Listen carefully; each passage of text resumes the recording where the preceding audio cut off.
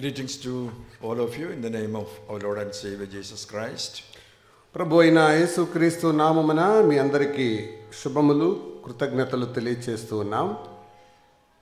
Today is celebrated throughout the world as Good Friday. ఈరోజు ప్రపంచమంతట్లో శుభ శుక్రవారంగా భావిస్తూ దాన్ని అనేక మంది ఆచరించారు. Even as you walk through the road, you will find flags in many places with the picture of Jesus Christ carrying a cross. మీరు వీధుల్లో నడుస్తూ ఉండగా, రోడ్ల మీద వెళ్తూ ఉండగా యేసు ప్రభువు వారు సిలువ మోసిన సందర్భం, వేయబడిన సందర్భాన్ని ఫ్లెక్సీల మీద అక్కడక్కడ ఉండడం గమనించే ఉంటారు. And from that picture itself, you can understand how much Jesus Christ suffered on that Friday. ఆ చిత్రపటాన్ని చూసినప్పుడే ఆయన అనుభవించిన బాధ యొక్క తీవ్రత ఎంత గొప్పదో మీరు గ్రహించి ఉండాలి. If he suffered so much on that day, how that day can be called Good Friday? ఆయన అంత బాధ, శ్రమ, హింస అనుభవించి ఉండగా అది శుభ శుక్రవారం, మంచి శుక్రవారం ఎలాగైంది?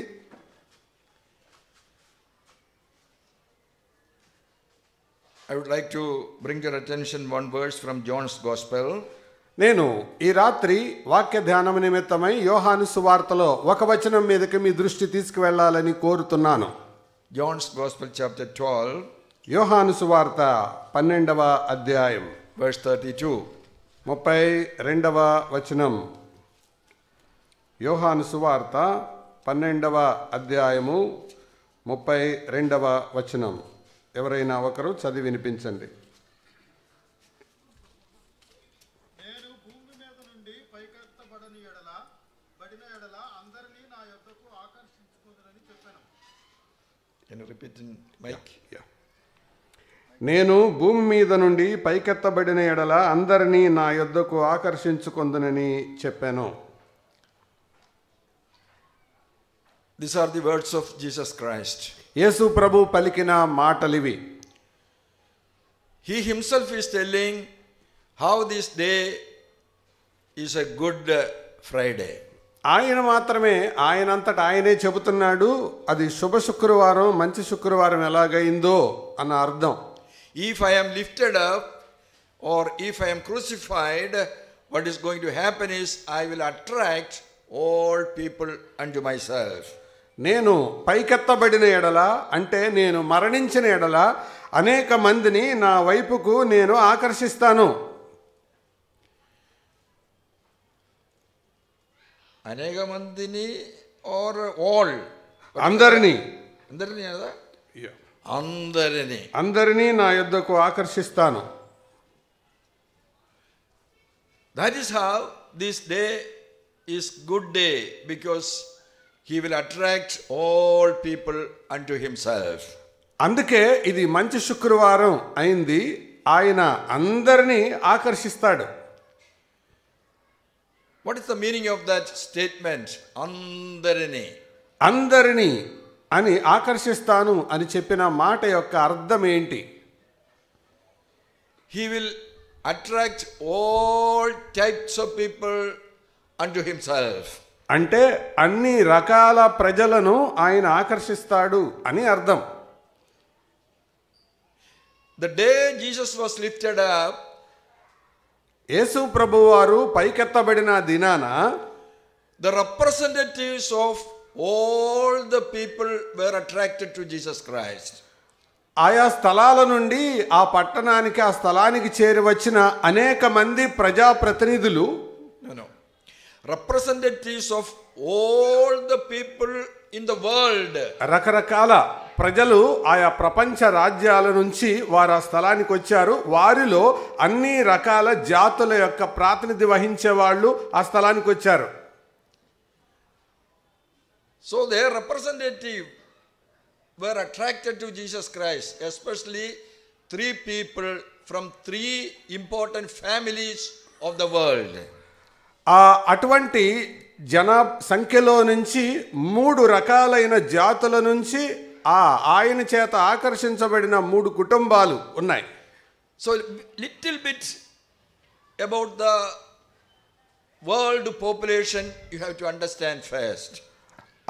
ఆ సమయం ఇది మనకు అర్థం అవడానికి ప్రపంచ జనాభా గురించి, ఆ దినమున ఉన్న ప్రపంచ జనాభా గురించి మనం అర్థం చేసుకోవాలి. The whole people in the world come from 3 families. ప్రపంచంలో ఉన్న అన్ని రకాల ప్రజలు 3 రకాల కుటుంబాల నుంచి వచ్చారు. 3 families of 3 people. 3 కుటుంబాలకు చెందిన 3 రకాల మనుషులు. Which are those 3 families? ఆ 3 కుటుంబాలు ఏంటి చెప్పండి? For that we have to study the book of Genesis. ఇది మీకు అర్థం అవ్వాలంటే ఆదికాండం గ్రంథాన్ని మీరు ధ్యానం చేయాలి. During the time of Noah, there was a great man of God by Noah. The world was so wicked, full of sin. నోవాహు అనే దైవభక్తుడు జీవించిన కాలములో భూలోకమంతా చెడిపోయి దుష్టత్వంతో నిండింది. God said to Noah, ask people to repent their sin and turn back to God, otherwise I will destroy the whole world. నోవహు ద్వారా దేవుడు ప్రకటింపచేశాడు. ఏమనంటే ప్రజలందరికీ మాట చెప్పు, వారు పశ్చాత్తాపపడి తిరిగి దేవుని యొద్దకు మళ్ళాలని. But only the family of Noah repented and turned to God, and that family was saved by protecting in a ship. కానీ ఈ ప్రకటన అనేక మంది విన్నారు, కానీ కేవలం నోవహు యొక్క ఒక్క కుటుంబం వారు ఈ మాటను నమ్మి ఒక ఓడలోనికి వారు రావడం ద్వారా ఆ కుటుంబం మాత్రమే భద్రం చేయబడ్డారు. And that Noah had 3 sons. ఆ నోవహుకు 3 కుమారులు. You know who are they? ఎవరో తెలుసు కదా? Shem, Ham and Japheth. Shem, Ham, యాపెతు. After the flood, the big ship in which they were traveling, they were protected. It landed in a mountain known as Ararat. జలప్రళయం అయిపోయిన తర్వాత వారు భద్రపరచబడిన ఆ ఓడ Ararat అనే కొండ మీద నిలిచింది. That Ararat mountain is located in one part in Asia and one part in Europe, that is in Russia. ఆ అరారాతు అనే ప్రాంతము, ఆ కొండ కొద్ది భాగమేమో ఆసియా ఖండంలోను, మరికొద్ది భాగమేమో రష్యా దేశానికి చెందిన యూరోప్ ఖండములోను వ్యాపించింది. So in Asia means the country of Turkey. Today that country is Turkey. One part of Ararat is in Turkey. Asia అంటే ఆసియా ఖండములో భాగమైన ఒక భాగం ప్రస్తుతం అది టర్కీ అని పిలువబడుతుంది. So once the water subsided, they came out of the ship. జల ప్రవాహాలు నీటి శాతం అంతా తగ్గిపోయిన తర్వాత ఆ ఓడలో నుంచి వీరు బయటకు వచ్చారు. They stayed in that place for certain period. ఆ స్థలములో వారు కొద్ది కాలం నివాసం చేశారు. That means in the valley of that Ararat they stayed for some time. ఆ అరారాతు పర్వతం క్రింద ఉన్న లోయలో కొద్ది కాలం వారు నివసించారు. When the population increased, they started spreading to nearby places. జనసమూహం జనాభా క్రమంగా పెరుగుతూ ఉండగా ఆ పరిసర ప్రాంతాలకు వారు విస్తరించారు. If you study the 10th chapter of the book of Genesis, మీరు ఆదికాండం 10వ అధ్యాయాన్ని మీరు ధ్యానం చేస్తే, that is the table of nations, how the people spread and settled in various nations. ఆ జనాభా వారు జనసాంద్రత కలిగిన ఆ ఏ ప్రాంతాలకు వారు విస్తరించారో ఆ వివరాలు అక్కడ కనబడతాయి. It is little difficult to study that table of nations. అక్కడ ఆ జనాభా పట్టిక చదవడం కొంచెం కష్టం అనిపిస్తుంది. But Bible scholars who take much time and studied and made the study out of that. Bible పండితులు దాని మీద సమయాన్ని వెచ్చించి దాన్ని ధ్యానం చేయడానికి, అర్థం చేసుకోవడానికి వారు బాగా ప్రయత్నించారు. They found out one group of people who settled in the continent of Asia, they come mainly from the family of Sham's children mostly settled in the continent of Asia. ఆ బైబిల్ పండితులు వారందరూ study చేసి అధ్యయనం చేసి వారు ఒక కంక్లూజన్కి వచ్చారు. ఆ షేము కుటుంబానికి చెందిన వాళ్ళందరూ ఆసియా ప్రాంతంలో వారు విస్తరించారని. And Japheth's children mostly went to the continent of Europe and settled there. ఆ యాపెతు కుటుంబానికి చెందిన వాళ్ళందరూ యూరోప్ ప్రాంతానికి వెళ్ళి అక్కడ వారు స్థిరపడ్డారని వారు చెప్పారు. May not be all, but mostly, majority of them, they settled in Europe. అందరూ అని కాదు, కానీ వారిలో ఎక్కువ మంది ఆ స్థలంలోనికి వెళ్ళి స్థిరపడ్డారు. Who is remaining? ఇంకా మిగిలింది ఎవరు? Ham. 3 children remaining. Ham. ముగ్గురు పిల్లలు కదా, వారిలో మిగిలిన వ్యక్తి Ham. Ham's children mostly settled in the continent of Africa. ఈ హాము సంతానం ఎక్కువ శాతం మంది ఆఫ్రికా ఖండములో స్థిరపడ్డారు. So this is the way the population of the world spread to 3 different continents. కాబట్టి ఈ రీతిగా ప్రజలు జనాభా విస్తరించి 3 వివిధమైన ఖండాలకు వారు వ్యాపించారు. If you take a map of the whole world and observe, study that, you will understand Asia, Europe, Africa. These 3 continents are very closely situated. మీరు ప్రపంచ పటాన్ని గనక దగ్గర పెట్టి పరిశీలించి చూస్తే ఆసియా, ఆఫ్రికా, ఐరోపా ఈ 3 ఖండాలు చాలా దగ్గరగా ఉన్నట్టు మీరు గమనిస్తారు. The scholars say once upon a time these continents were joined together, very closely situated. ఈ వేదాంత పండితులు ఏం చెబుతారంటే తొలి దినాలలో ఈ 3 ఖండాలు చాలా దగ్గరగా ఒక ఏకరీతిగానే ఉండుండేవి. By the time of a man by name Peleg, there was some catastrophe, something happened and there was some separation. పెలగు అనే ఆయన రోజుల్లో ఏదో ఒక సంభవించి అక్కడి నుంచి వాళ్ళు వేడిపడటం ప్రారంభించారు. So this is the way how the children of Noah, the 3 children of Noah and their descendants settled in 3 continents. ఆ రీతిగా నోవహు యొక్క పిల్లలు వారి ద్వారా వచ్చిన వంశావళులు ఆయా స్థలాల్లో వారు చెదిరి ఉన్నారు. We don't read anything about the other continents like North America, South America, Australia, nothing we find in the early books of the Bible. Bible తొలి పుస్తకాలలో, ప్రారంభ పుస్తకాలలో ఉత్తర అమెరికా, దక్షిణ అమెరికా, ఆస్ట్రేలియా ఈ ఖండాల గురించిన ప్రస్తావన మనకు కనబడదు. So the whole world means these continents, the total population of the world limited to these 3 continents once upon a time. కాబట్టి ఈ ప్రపంచ నాగరికత ఏర్పడిన తొలి దినాలలో ఈ 3 ఖండాలలో మాత్రమే ప్రపంచ జనాభా అంతా విస్తరించి ఉంది. What I am going to show you is when Jesus was lifted up, when he was crucified, నేను మీకు చెప్పాలనుకున్న సంగతి ఏంటంటే యేసు ప్రభు వారు పైకెత్తబడిన ఆ సమయంలో 1 person each from all these 3 continents believing in the Lord Jesus Christ, attracted to Jesus Christ. ఈ 3 ప్రాంతాలకు చెందిన వారు ఒక్కొక్కరు ప్రతినిధులుగా ప్రభువు యొద్దకు ఆకర్షించబడ్డారు. These 3 people attracted to Jesus Christ, they are the representatives of the whole world. ఈ ముగ్గురు యేసు ప్రభు కాలంలో ఉన్న ఈ ముగ్గురు ప్రపంచం మొత్తానికి ప్రాతినిధ్యాన్ని వహించేవారుగా ఉన్నారు. In the morning meeting in another place, we have seen a person by name Simon of Cyrene believing in the Lord Jesus Christ. ఉదయకాలం మరొక స్థలంలో జరిగిన కూడికలో కురేనీయుడైన సీమోను ప్రభు వైపుకి ఏ రీతిగా ఆకర్షించబడ్డాడో ఆ సంగతి మేము చూసాం. Where is this Cyrene?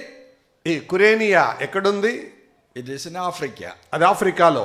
So a representative of Africa or a representative of the children of Ham believed in the Lord Jesus Christ on that day.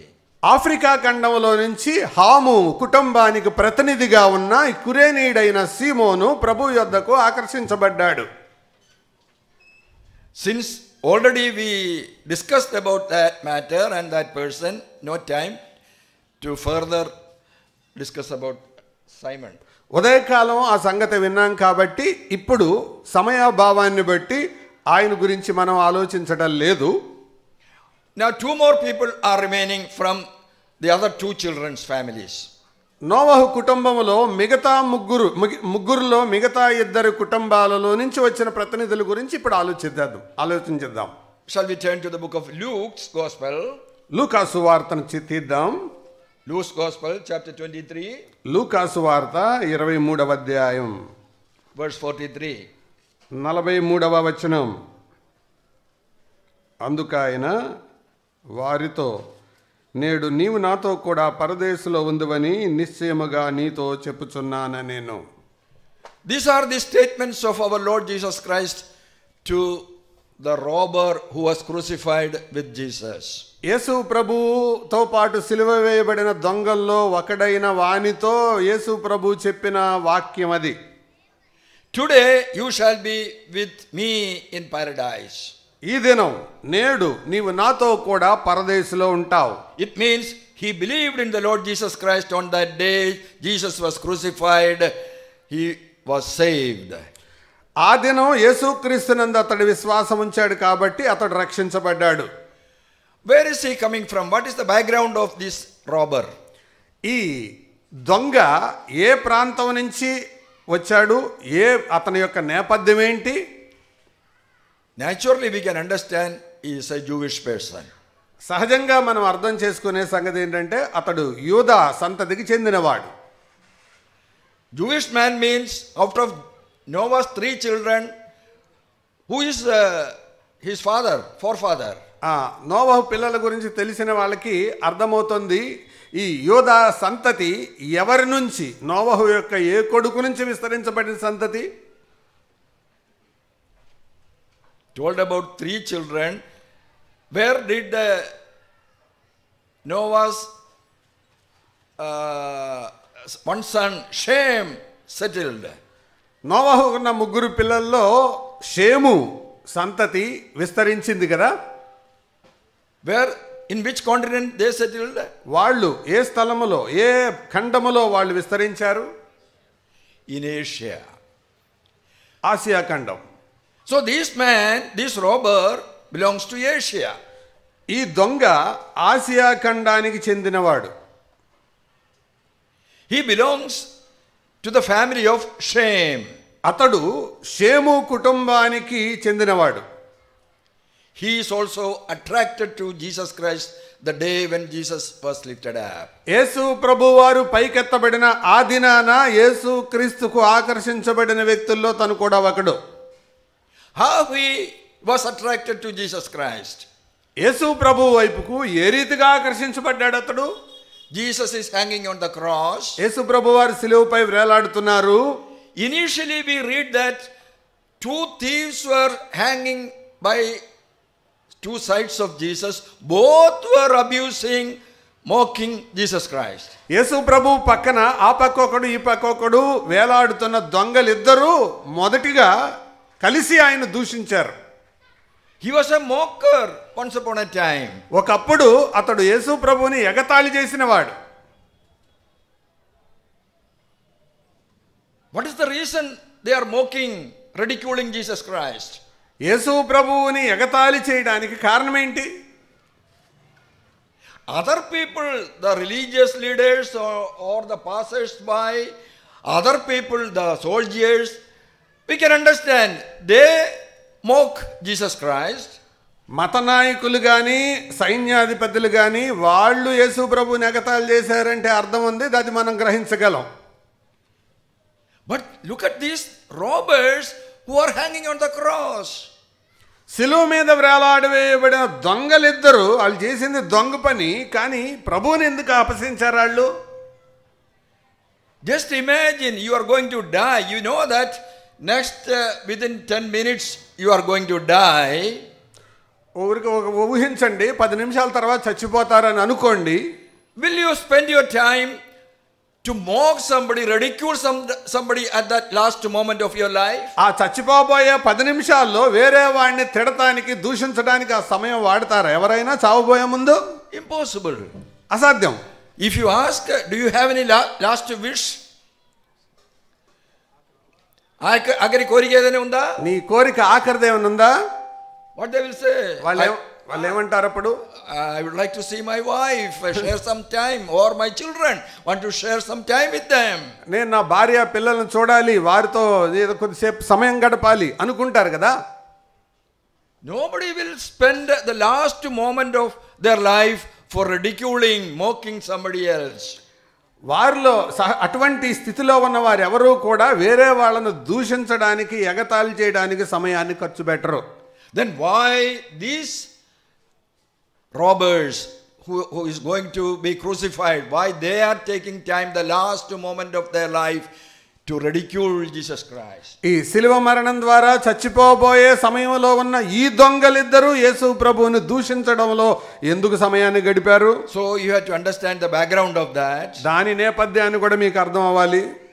They were known as robbers, roadside, they were robbing people. This is what one group of people believe.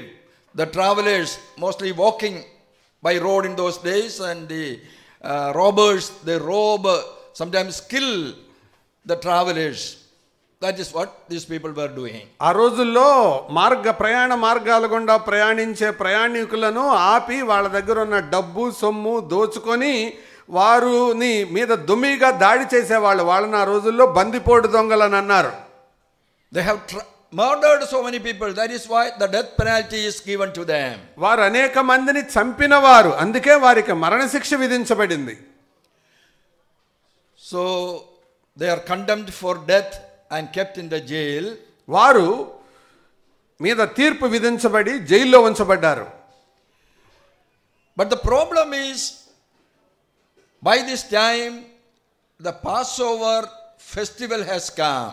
కానీ ఆ జైల్లో వారు ఉన్న సమయంలో పస్కా అనే పండుగ వచ్చింది.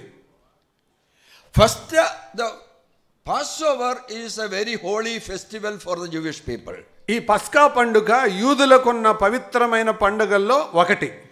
So one practice they have is certain days before the Passover, certain days after the Passover, they will not kill anybody.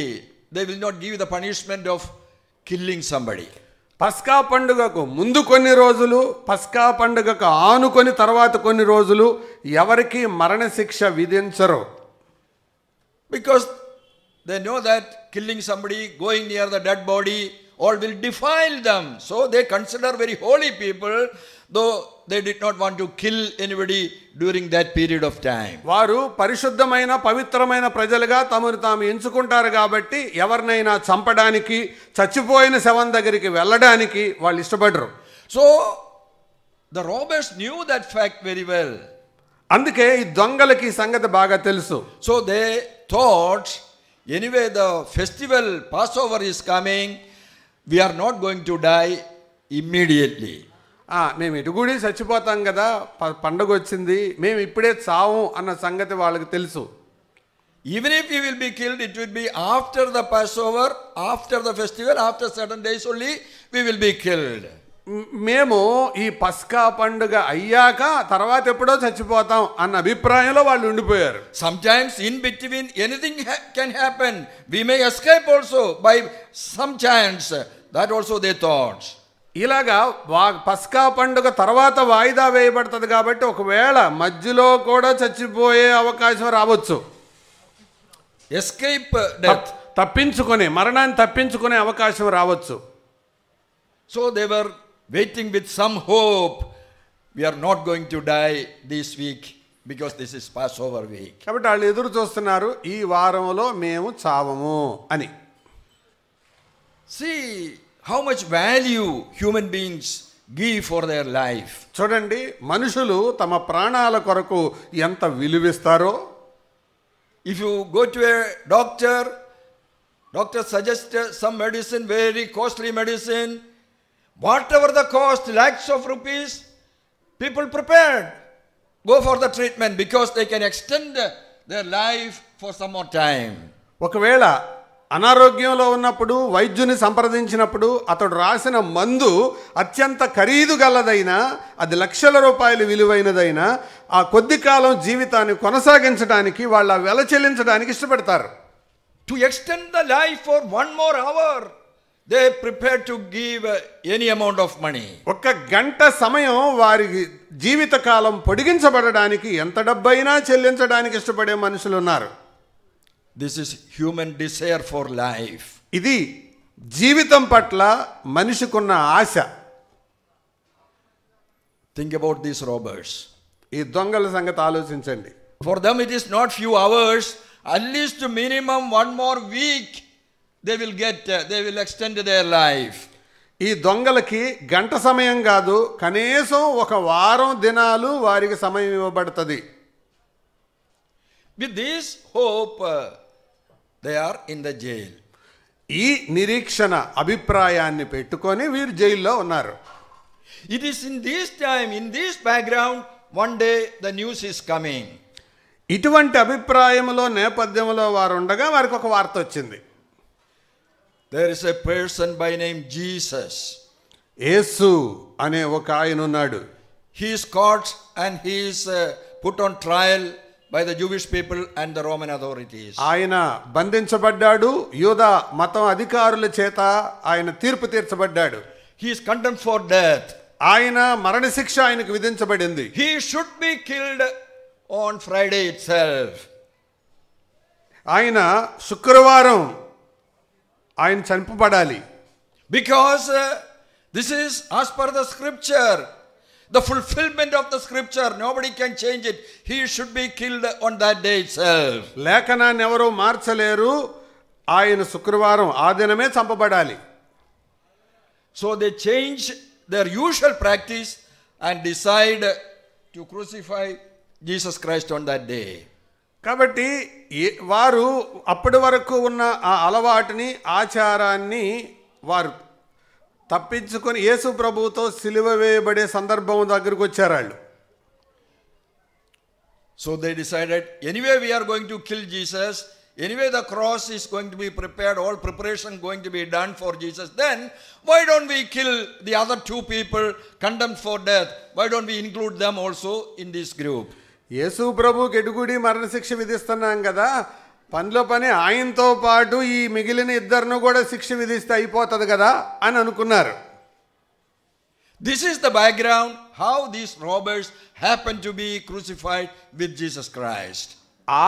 ఇదే వారు యేసు ప్రభువుతో పాటు సిలువ వేయబడడానికి ఉన్న నేపథ్యం. If Jesus was not there, they will not be crucified on that day. They will be crucified after festival someday. ఒకవేళ యేసు ప్రభువుకి ఆ మరణశిక్ష ఆ దినం అమలు చేయబడకపోతే వీళ్ళకి ఒక వారం తర్వాత అమలు చేసేవాళ్ళు వాళ్ళు. Now you think about the robbers. ఇప్పుడు దొంగల గురించిన సంగతి అది. From both sides they are looking Jesus Christ. ఇద్దరు యేసు ప్రభు వైపు చూస్తున్నారు. Who is responsible for our death now? ఇప్పుడు వాళ్ళిద్దరు అనుకుంటున్నారు, ఎవరు మన చావు కారకుడైన వ్యక్తి ఎవరు?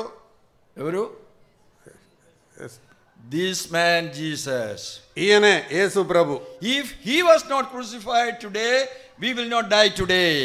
ఆయన ఈ రోజు చంపబడకపోతే మనకి ఈ రోజు మరణశిక్ష వేసేవాళ్ళు కాదు. At least for few more days we could live in this world. మనం ఇంకొక వారం కానీ కొన్ని దినాలు మనం ఈ లోకంలో బతికుండేవాళ్ళం. So all their anger they are pouring upon Jesus. కాబట్టి వారికి ఉన్న కోపం, ఉగ్రత, ఉక్రోషం అంతా యేసు ప్రభు మీద కుమ్మరిస్తున్నారు. This is the background. The robbers mocked, ridiculed, abused Jesus Christ.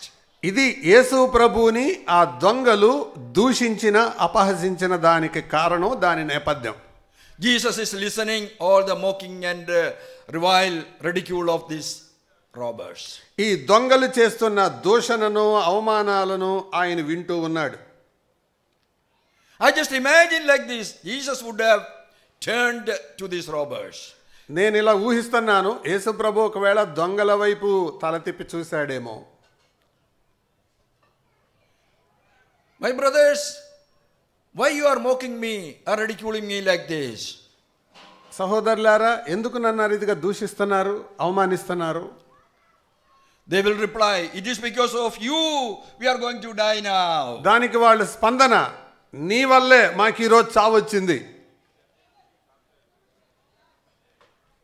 That means you love your life so much you want to extend your life some more time. నీవు కనుక ఉండి ఉండకపోతే మా జీవితం ఇంకో కాలం పొడిగించబడేది. So Jesus might it is not written in the Bible, Jesus would have replied to these people. ఇదంతా బైబిల్లో రాయబడలేదు, యేసుప్రభు ఇలా చెప్పుంటాడని నేను అనుకుంటున్నాను. My friends, you love your life so much. మీరు మీ జీవితాన్ని బాగా ప్రేమిస్తున్నారు కదూ స్నేహితులారా. You love your life for 1 hour, 1 week, 1 month or 1 year.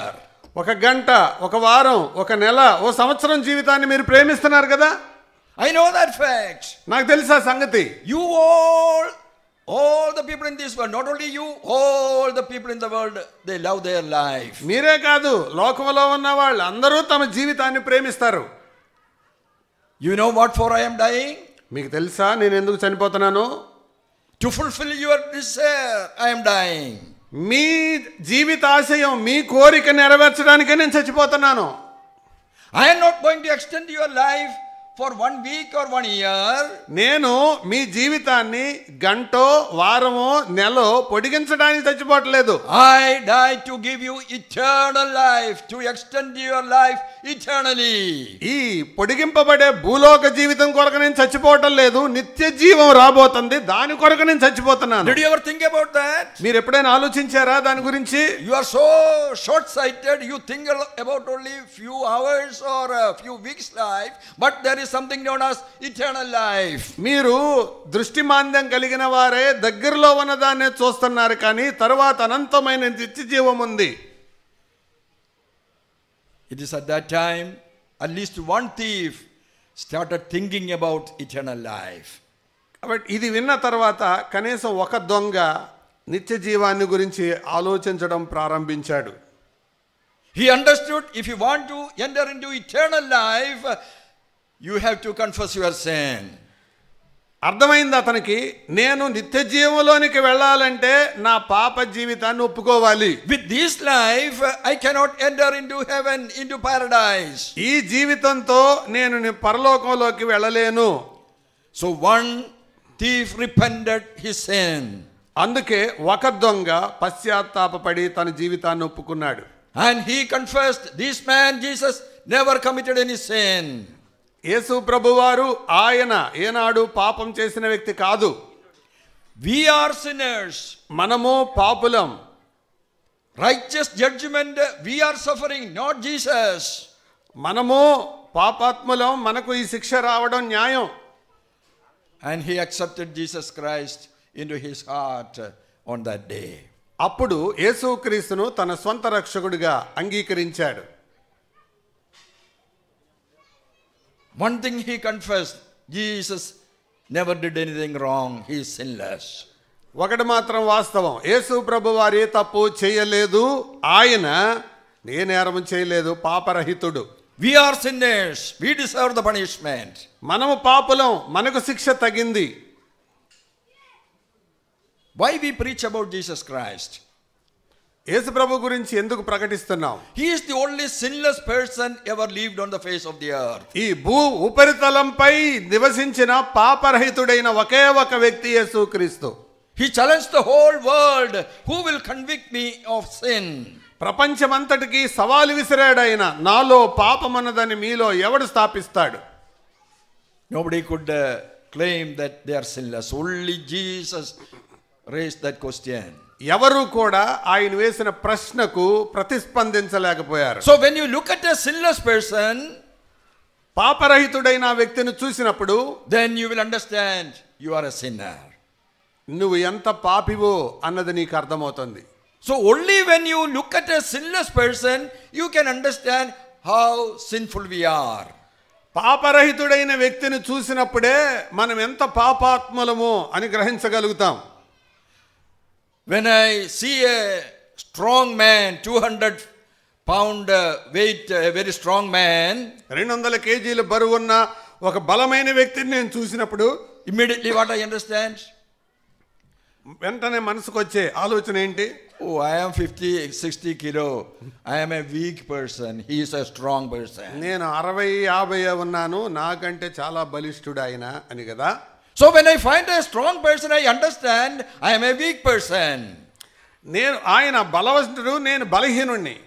When I find a rich man like Ambani, ఒక ధనవంతుడైన వ్యక్తి అంబానీ లాంటి వాడిని చూసినప్పుడు I understand I am a poor man. నేను ఒక పేదవాడిని కదా అనిపిస్తుంది కదా. So when you look at a sinless person, you understand you are a sinner. నువ్వు పాపరహితుడైన ఒక వ్యక్తిని చూసినప్పుడు అరే నేను పాపాత్ముడిని కదా అని అనిపిస్తుంది కదా. So if you want to enter into heaven, which is holy place, పరిశుద్ధ పట్టణమైన పరలోకంలోనికి నువ్వు ప్రవేశించాలంటే you need the standard, minimum standard of Jesus Christ. యేసు ప్రభు యొక్క కనీస ప్రమాణం కలిగి ఉండాలి. If you are as sinless as Jesus Christ, you can directly enter into heaven. యేసు ప్రభువులాగా నువ్వు పాపరహితుడవైతే ఇక నీకు డోకా లేదు, తిరుగు లేకుండా పరలోకంలోను ప్రవేశించగలవు. Can anybody here say that I am as holy as Jesus? ఎవరైనా ఇక్కడ ఉన్న వాళ్ళు చెప్పగలరా నేను యేసు ప్రభు అంత పరిశుద్ధుడిని పవిత్రుడిని? All of you, if you look Jesus Christ closely for 5 minutes, immediately you will confess, oh, I am a sinful person. మీరు సూక్ష్మంగా దృష్టించి ఏకాగ్రతగా స్త్రీల మీద వేలాడుతున్న ప్రభు అయిన యేసుక్రీస్తు వారిని చూస్తే ఓ నేనెంత పాపాత్ముడినో అని అర్థమవుతుంది. I cannot enter into heaven directly. నేరుగా నేను పరలోకంలో ప్రవేశించలేను. I want a mediator. I want Jesus Christ, the sinless person. Only with his help I can enter into heaven. నాకు ఒక మధ్యవర్తి కావాలి, యేసు ప్రభు లాంటి వ్యక్తి, ఆయన ద్వారా మాత్రమే నేను పరలోక ప్రవేశం పొందగలను. That is the understanding of one thief. He confessed his sin and sought the help of Jesus Christ and prayed to Jesus, remember me when you enter into paradise. Remember me also. అందుకే ఆ దొంగ ఇదంతా గుర్తించి గ్రహించి యేసు నీవు నీ రాజ్యముతో వచ్చినప్పుడు నన్ను జ్ఞాపకం చేసుకో అన్నాడు. And immediately Jesus said, immediate moment Jesus said, today, not a future date, today itself you will be with me in paradise. మరుక్షణంలోనే యేసు ప్రభు నోట్లో నుండి వచ్చిన ప్రతిస్పందన నేడే, తర్వాత కాదు, నేడే నీవు నాతో కూడా పరదేశులో ఉండు. Immediately, the very moment you put your trust in Jesus, you are given the permission to enter into heaven. నీవు యేసుక్రీస్తునందు విశ్వాసం ఉంచిన మరుక్షణములోనే నీకు ఆ నిశ్చయత వస్తుంది. Did he pay any money for his salvation? అతడు తన రక్షణ కొరకు డబ్బులేమని చెల్లించాడా? Did he make some pilgrimage for getting salvation? రక్షణ పొందడానికి యాత్రలు, పవిత్ర యాత్రలు ఏమని చేశాడా? Nothing. Only by faith you believe in the Lord Jesus Christ, immediately salvation is assured for you. కేవలం యేసుక్రీస్తునందు విశ్వాసం ఉంచుటనే ఒక్క కారణాన్ని బట్టి పరలోక ప్రవేశానికి అర్హుడయ్యాడు. So this is the salvation that the Bible is teaching us. ఇది బైబిల్ మనకు బోధించే రక్షణ. By faith, only by faith, not by your good work, only by faith you are saved by believing in the Lord Jesus Christ, his death on the cross of Calvary. నీవు చేసే మంచి కార్యాల ద్వారా కాదు, యేసు ప్రభువు నందు విశ్వాసం ఉంచుట అనే ఒక్క కారణాన్ని బట్టి నీవు రక్షించబడతావు. What is the reason for the death of Jesus? యేసు ప్రభు మరణానికి కారణం ఏంటి? It is because of your sin Jesus is dying on the cross of Calvary. అది నీ పాపం కొరకు ఆయన కల్వరి శిలువలో వేలాడాడు. We are all sinners. We have already seen. By looking Jesus, you will understand you are a sinner, and because you are a sinner, you should die. That is God's law. యేసు ప్రభు ఆయన పాపరహితుడు, ఆయనలో పాపమేమీ లేదు, ఆయన మన పాపాలకు బదులుగా ఆయనకు శిక్ష విధించబడింది. So your punishment is already taken by Jesus. నీ యొక్క శిక్ష, పాపానికి రావాల్సిన శిక్ష, ప్రాయశ్చిత్తం అది యేసు ప్రభు తీసుకున్నాడు. Now salvation is open for you, heaven is open for you. రక్షణ నీ కోసం సిద్ధమైంది, పరలోక ద్వారాలు నీ కొరకు తెరవబడి ఉన్నాయి. That is the way how that thief who was crucified Jesus got the salvation. యేసు ప్రభుతో పాటు సిలువ వేయబడిన ఆ దొంగ యేసు క్రీస్తునందు విశ్వాసముంచి పరలోకానికి చేరడానికి అర్హుడయ్యాడు, రక్షించబడ్డాడు. He was such a terrible criminal, killed so many people. He got salvation by believing in the Lord Jesus Christ in the nick of a moment. ఆ దుర్మార్గుడైన అనేక మందిని చంపి దొంగతనాలు చేసిన ఆ వ్యక్తి యేసు క్రీస్తునందు విశ్వాసం ఉంచిన మరుక్షణములో రక్షించబడి పరలోక ప్రాప్తి పొందుకున్నాడు. If Jesus can save such a wicked, wretched sinner, can't he save each one of us? అటువంటి నీచమైన, హీనమైన, భయంకరమైన, పాపాత్ముడైన దొంగను రక్షించిన దేవుడు నిన్ను నన్ను రక్షించలేడా? Only things you believe in him, that Jesus is lifted up because of your sin. నువ్వు నమ్మవలసింది ఒకటే, ఆయన యందు విశ్వాసం ఉంచాలి. నీ కొరకు ఆయన కలువరి శిలువలో వేలాడాడు అన్న సంగతిని నమ్మాలి. Stop all your good works, good. All what you do for salvation, there is some meaning in that, but that is not going to give you salvation. That is what the Bible says. Only faith in the Lord Jesus Christ, that is going to give you salvation. మంచి పనులు మంచివే, అవి అవసరమే, ప్రాముఖ్యమైనవే, కానీ అవి రక్షణ ఇవ్వలేవు. కేవలం ఆయన యందు విశ్వాసం ఉంచుట ద్వారా మాత్రమే ఒక వ్యక్తి రక్షించబడతాడు. So here is the robber from the continent of Asia coming to the Lord Jesus Christ. Asia ఖండానికి చెందిన ఆ దొంగ యేసు ప్రభువునందు విశ్వాసముంచి రక్షించబడ్డాడు. So we have seen two people already. మనం ఇప్పటికి ఇద్దరిని చూసాం. One is Simon of Cyrene, that is from Africa, believed in the Lord Jesus. Africa ఖండానికి చెందిన కురేనీయుడైన సీమోను అనే ఆయన యేసు ప్రభువునందు విశ్వాసం ఉంచాడు. Second, we have seen the robber from the continent of Asia. Asia ఖండానికి చెందిన ఈ దొంగ యేసుక్రీస్తునందు విశ్వాసం ఉంచాడు. From whose family? ఏ కుటుంబానికి చెందిన వ్యక్తి? షేము కుటుంబానికి చెందిన వ్యక్తి. Now one more person, మరొక వ్యక్తి, coming to verse 47, 47వ వచనం, 23, Luke 23:47. 23:48. శతాధిపతి చదవండి.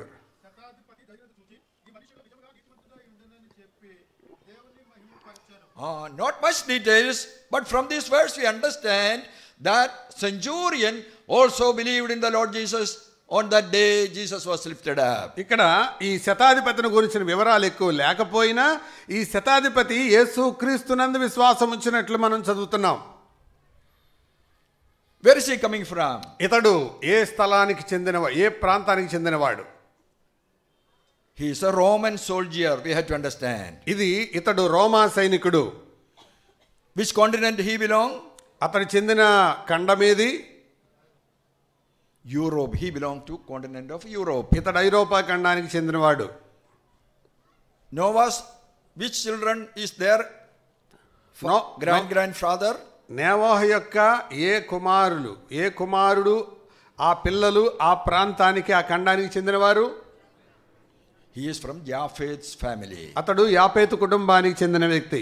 Do you think it is just a coincidence that these three people came to the Lord Jesus the day when Jesus was lifted up? యేసు ప్రభువు వారు పైకెత్తబడిన ఆ దినాన ఆ ప్రపంచ 3 ఖండాలకున్న ప్రతినిధులుగా ఉన్న ఈ ముగ్గురు యేసు ప్రభువునందు విశ్వాసం ఉంచడం ఆశ్చర్యంగా అనిపించడం లేదా?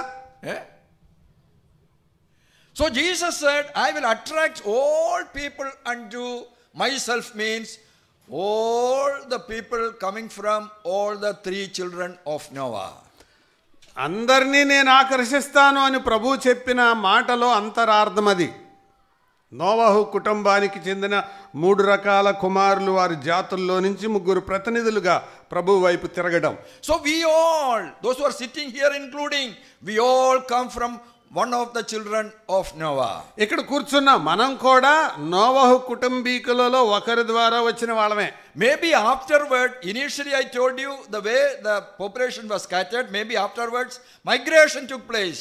People migrating from one continent to other continent. ప్రారంభంలో ఈ రీతిగా జనసాంద్రత ఆయా ప్రాంతాలకు విస్తరించినా ఆ తదనంతరం ఆ ప్రజలు అక్కడ నుంచి మళ్ళా మరొక ప్రాంతానికి బదిలీ అయ్యారు. For example, in India, originally the children of Shem mainly stayed, but later children of Japheth, that is the Aryans, they migrated from Europe via Iran, such other places. The Aryans are the children of Japheth. They migrated to India, and the Dravidians, they migrated from Africa. So migrations took place later, and we are a mixture of all the three children of Noah now. షేము వంశానికి చెందిన కొందరు, యాపేతు వంశానికి చెందిన కొందరు, వాళ్ళనే ఆర్యులు అని అంటారు. ఐరోపా ఖండం నుంచి ద్రావిడులు, వారు ఆఫ్రికా ఖండానికి చెందిన వారు. వారు ఆయా స్థలాల నుంచి, ఆయా స్థలాల నుండి బదిలీ అయ్యి ఇక్కడికి వచ్చారు. Like that, all countries in the world, migrations took place. ఆయా ప్రదేశాలకు చెందిన, ప్రపంచ రాజ్యాలకు చెందిన ప్రజలు ఆయా స్థలాలకు వారు వ్యాపించి విస్తరించారు. And also we have seen initially only 3 continents were populated, but later from these 3 continents people migrated to North America, South America, Australia, all these places. ప్రారంభంలో ఈ 3 ఖండాలే, ఆ తర్వాత విస్తరిస్తూ విస్తరిస్తూ విస్తరిస్తూ పోగా ఉత్తర అమెరికా, దక్షిణ అమెరికా, ఆస్ట్రేలియా, ఆ ప్రాంతాలకు వారు వ్యాపించారు. What do you understand from all these things? వీటన్నిటిని చదివినప్పుడు మీకు ఏం అర్థమవుతుంది? Is Jesus only for the Europeans, you think? ఇప్పుడు చెప్పండి, యేసు ప్రభు కేవలం ఐరోపా వాళ్ళకా? He is for the whole world. ఆయన ప్రపంచమంతటికి. If I am lifted up, I will attract all people, not few people, some people, all people unto myself. నేను ఎత్తబడినప్పుడు అందరినీ నా వైపుకి ఆకర్షిస్తాను. And as an example, we find 3 people from Shem's family, Ham's family, and Japheth's family attracted to the Lord Jesus Christ. మచ్చుకు 3 రకాల వారిని షేము కుటుంబంలో నుంచి, హాము కుటుంబంలో నుంచి, యాపెతు కుటుంబంలో నుంచి వచ్చిన 3 ఈ రాత్రి మీ ముందు పెట్టాను. The sin of the world, the sin divide the people, and they fight each other and destroy each other. But the Lord Jesus Christ was lifted up to unite all the people into one family. పాపం ప్రజలను విభజించి ఆయా ప్రదేశాలకు చెదరగొడితే యేసు ప్రభువారు పైకెత్తబడినప్పుడు ఆయన అనేక మందిని ఆకర్షించాడు ఒకటిగా చేయడానికి. What is the purpose of the church in this world? సంఘము యొక్క ఉద్దేశం ఏంటి ఈ లోకంలో? It is the group of people attracted by Jesus Christ. All the people from different families, they come together as one family to worship God. యేసు ప్రభువునందు విశ్వాసం ఉంచిన వారు ఆయా ప్రదేశాలకు, పరిస్థితులకు, నేపథ్యాలకు, కులాలకు, ప్రాంతాలకు చెందినవారు ఒక కుటుంబంగా, ఏక కుటుంబంగా వారు ఒక స్థలానికి ఆకర్షించబడటం. It is one family, that is why we eat from the same plate, drink from the same cup. That shows we belong to one family, the family of God. మనమందరం ఏక కుటుంబం అని తెలియజేయడానికి ఒక్క పాత్రలోనిది మనం తింటాం, ఒక్క పాత్రలోనిది మనం త్రాగుతాం. Look at the world, how many thousands of tribes and caste, and that upper caste, lower caste. The whole world is divided, and that is the greatest problem we face today. ఇప్పుడు ప్రపంచ పరిస్థితిని మనం చూస్తే ఎన్ని కులాలుగా, ఎన్ని ఉపకులాలుగా, ఎన్ని జాతులుగా విభజించబడిందో, ఉన్నత కులం, తక్కువ కులం, ఎన్ని రకాలు, ఎన్ని రకాలుగా విభజించబడిందో మనం చూస్తూనే ఉన్నాం. Any solution for this problem? దీనికి పరిష్కారం ఏదైనా ఉందా? No, only the problems are increasing, the fighting, division going on. సమస్యలు పెరుగుతున్నాయే కానీ తగ్గడం లేదు, పోరాటాలు పెరుగుతున్నాయి, యుద్ధాలు పెరుగుతున్నాయి కానీ తగ్గడం లేదు. Even the politicians, they will only increase the problem, making it worse and worse. They will not solve the problem. రాజకీయ నాయకులు సమస్యను పెంచుతున్నారే కానీ తుంచడం లేదు. But look at Jesus Christ. కానీ యేసు ప్రభువుని చూడండి. He is telling from the cross, I am lifted up to unite all people by attracting all of them to myself. కానీ యేసు ప్రభు అంటున్నారు, చూడండి నన్ను, నేను పైకెత్తబడినప్పుడు అనేకులను నా వైపుకి ఆకర్షిస్తాను. He is not of one nation. Europe or America. He belongs to the whole world. ఆయన ఐరోపాకు అమెరికాకు చెందినవాడు మాత్రమే కాదు, ప్రజలందరికీ చెందినవాడు ఆయన. He was born in the continent of Asia. Asia ఖండములోనే ఆయన జన్మించాడు. He was born in Israel, a nation which is in the middle of the earth. భూమికి మధ్య భాగంలో ఉన్న ఇశ్రాయేలు దేశములో ఆయన జన్మించాడు. That means his message should go throughout the world from the central part in Israel. కేంద్ర ప్రాంతమైన ఇశ్రాయేలు నుంచి ఆ వర్తమానం ప్రపంచమంతా వ్యాపించాలని ఆయన కోరుకున్నాడు. Not for any one nation or any tribe. He belongs to the whole world. ఆయన ఒక జాతి కొరకు, ఒక దేశం కొరకు కాదు, ప్రజలందరికీ చెందినవాడు ఆయన. So what is our responsibility? మరి మన బాధ్యత ఏంటి? God has given us an opportunity to remember about this Jesus who was lifted up. యేసు ప్రభు ఈ రీతిగా మన కొరకు వేలాడబడి ఉండగా, పైకెత్తబడి ఉండగా ఆయనను జ్ఞాపకం చేసుకునే అవకాశం ప్రభు దేవుడు మనకు అనుగ్రహించాడు. Many people celebrate Good Friday without understanding the real meaning behind that. చాలా మందికి శుభ శుక్రవారం అంటే అర్థం తెలియకుండా, దాని అంతరార్థం తెలియకుండా ఏదో వాడుకగా వేడుకగా ఆచరిస్తారు. Do we have a personal relationship with this Jesus? ఈ యేసుతో, ఈ రాత్రి ప్రకటించిన ఈ యేసుతో నీకు వ్యక్తిగతమైన సంబంధం ఉందా? As this robber has opened his heart, confessing his sin, receiving Jesus Christ into his life. ఈ దొంగ యేసుక్రీస్తుకు హృదయాన్ని తెరిచి ఆయన తన జీవితంలోనికి, హృదయంలోనికి ఆహ్వానించాడు. Look to Jesus. Thank God I got an opportunity to see Jesus Christ closely. యేసు ప్రభు వైపు చూసి అడగండి, ప్రభువా యేసు ప్రభువుని బట్టి నీకు స్తోత్రం. When I look to him, I understand he is altogether holy and I am a sinful man. ఆయన వైపు నేను చూసినప్పుడు ఆయన ఎంత పరిశుద్ధుడో, నేనెంత పాపాత్ముడో నాకు అర్థమవుతుంది. Please forgive my sins. ప్రభువా నన్ను క్షమించు, నా పాపాలు క్షమించండి. With Jesus I want to enter into paradise, to heaven. యేసు ప్రభుతో నేను ఆయన పరలోకమునకు వెళ్ళడానికి ఇష్టపడుతున్నాను. If there is a paradise, there is a hell also. That is what the Bible says. పరదైసు అనేది ఉంది అని అంటే పాతాళం కూడా ఉంది, అదే బైబిల్ చెబుతుంది. It is Jesus who warned more about hell more than anybody else.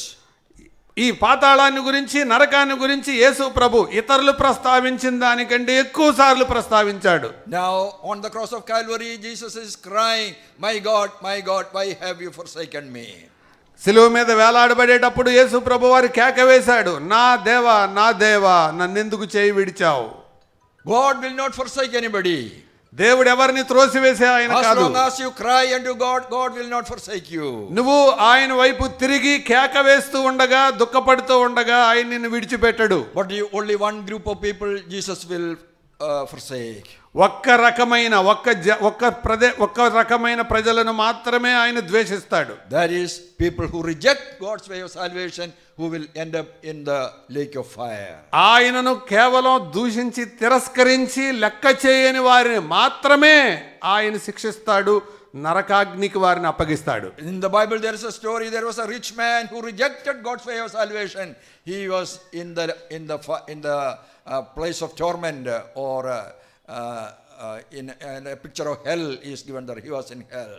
బైబిల్లో ఒక వృత్తాంతం యేసుప్రభువే చెప్పాడు. ధనవంతుడు ఒక ఆయనున్నాడు, అతడు పాతాళములోనికి, బాధాకరమైన, హింసాత్మకమైన, భయంకరమైన స్థలంలోనికి వాడు వెళ్ళిపోయాడు. And from there he cried, he made some request. అక్కడికి వెళ్ళి ప్రార్థన చేయడం మొదలుపెట్టాడు. But that prayer was not heard. కానీ దానికి జవాబు లేదు. But today, as you are alive today, if you cry unto God, God will answer your prayer. ఈ రోజు నీకు ప్రాణం ఉంది, ఇంకా బతికున్నావు, యేసు ప్రభువును పిలు, కేకవేయి. Oh Lord, I am a sinner, please forgive me. ప్రభువా నేను పాపాత్ముడిని, నన్ను క్షమించు నాయనా. Please take over my life and change my life. నా జీవితాన్ని నీ చేతిలోకి తీసుకో, నా జీవితంలో మార్పు దయచేయి. Who will make that prayer tonight? ఈ రాత్రి ఎవరైనా ప్రార్థన చేస్తారా? It is up to you, your life. It is up to you. You know how valuable your life. Take a decision for yourself. నీ జీవితం నీ ఇష్టం, నీ జీవితాన్ని గురించి నువ్వు తీర్మానించుకోవాలి. Our God is a God of blessing. మన దేవుడు ఆశీర్వాదానికి దేవుడు. He wants to bless each and every one of you through Jesus Christ. యేసు ప్రభు అను ఆయన కుమారుని ద్వారా అందరినీ ఆశీర్వదించాలని ఆయన కోరుకుంటున్నాడు. He is the only one who shed his precious blood for the whole world. ప్రపంచమంతటి కోసం లోక కళ్యాణార్థమై తన అమూల్యమైన రక్తాన్ని చిందించిన ఏకైక వ్యక్తి ఆయనే. Will you come to him tonight? ఈ రాత్రి ఆయన దగ్గరికి వస్తావా? May God give you the right wisdom to take a decision to accept the Lord Jesus Christ. ఈ రాత్రి ఆయనను అంగీకరించి ఆయన యందు విశ్వాసం ఉంచి సరైన నిర్ణయం తీసుకునే ఆ అనుభవాన్ని ఆయన నీకు ప్రసాదించుగాక. May the Lord's name be glorified. ప్రభు యొక్క నామం మహిమపరచబడును గాక. తల వంచండి, ప్రార్థన చేసుకుందాం. ప్రార్థన. కొద్ది నిమిషాలు దేవుని వాక్యాన్ని ఆలకించిన మనం ఏకాగ్రతతో ఈ సంగతులు వివేచిద్దాం. దేవుడు మనల్ని ప్రేమించి మన ప్రాంతానికి ఆయన సువర్తమానాన్ని అనుగ్రహించి ఉండగా ఆయన జీవితానికి ఆయన మాటకు లోబడి మన జీవితాలను ఆయనకు అప్పగిద్దాం.